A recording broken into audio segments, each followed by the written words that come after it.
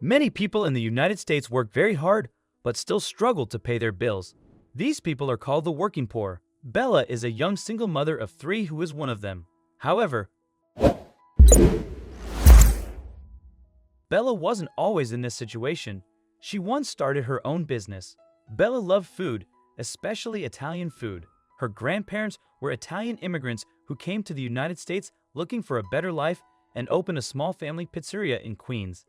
As a little girl, Bella enjoyed helping her grandmother make pizza dough.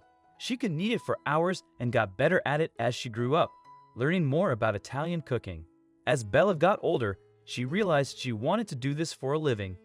After high school, she worked part-time at the pizzeria while studying business management and accounting. She wanted to help improve the business because her grandparents were getting older and didn't know much about running it. "Don't worry, Grandma. With what I learned in my classes, I can help you make the business better and increase sales.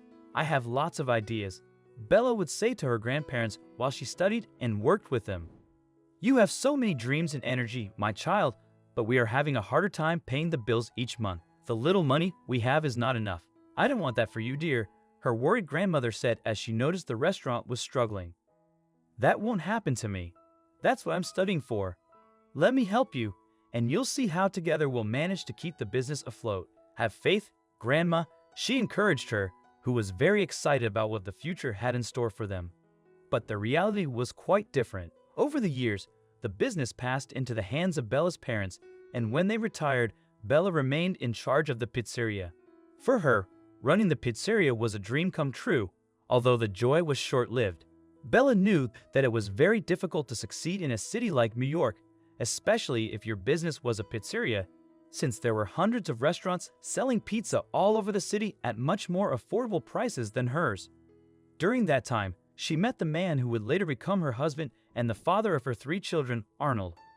Bella fell madly in love with him, and they married a year after they met. Arnold did not want to be actively involved in the family pizzeria business, although he always helped when needed. While Bella worked at the pizzeria more hours than she would have liked, he began to carve out a successful career as an engineer at a prominent technology company. Despite working in totally different worlds, their marriage was going very well, and they had three wonderful children in less than 5 years. First came the two boys, Steve and Oliver, and finally, the youngest child of the house, Carrie. Bella loved being a mother and tried to spend as much time as she could with her children, but sometimes it wasn't possible, as restaurant schedules were difficult to combine with raising three young kids. It was precisely her absence, along with that of her husband, who was spending less and less time at home due to his continuous business trips, that led them to end their marriage. Both were so focused on their respective professional careers that they forgot to take care of their relationship, and by the time they realized it, there was nothing left to save. Bella was left with custody of the children. After separating, she discovered that her husband had not been faithful to her, and that all those times he told her he was not coming home had not been for business. From that moment on, Bella's life began to fall apart. Before she knew it, she had become a separated mother who had been cheated on by her husband, with three young children to care for and a declining business. Nothing seemed to be going right for her, and though she tried hard to fix it, the good news just wasn't coming. When her parents handed over the management of the restaurant to her, Bella wanted to renovate it and give it a more modern look. However, to do so, she had to ask for a new loan from the bank, increasing the debt she already had.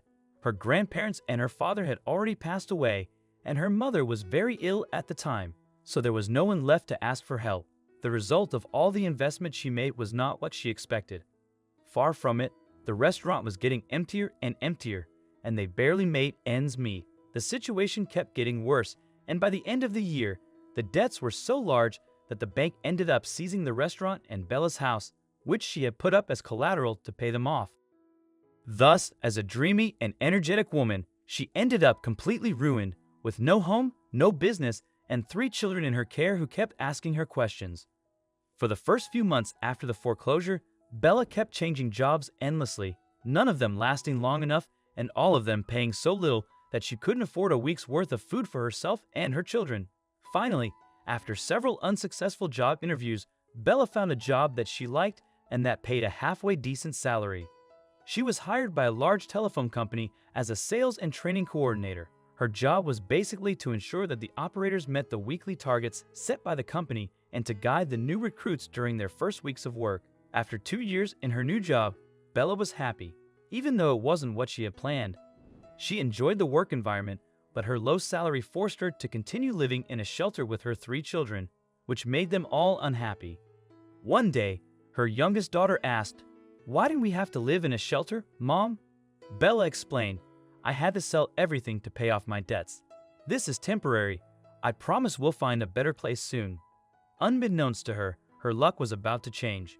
She received a call to help a new employee, Joey, who was actually the CEO of the company undercover, to understand his employees better. Bella was chosen to show him the ropes, and her kindness and dedication impressed him greatly.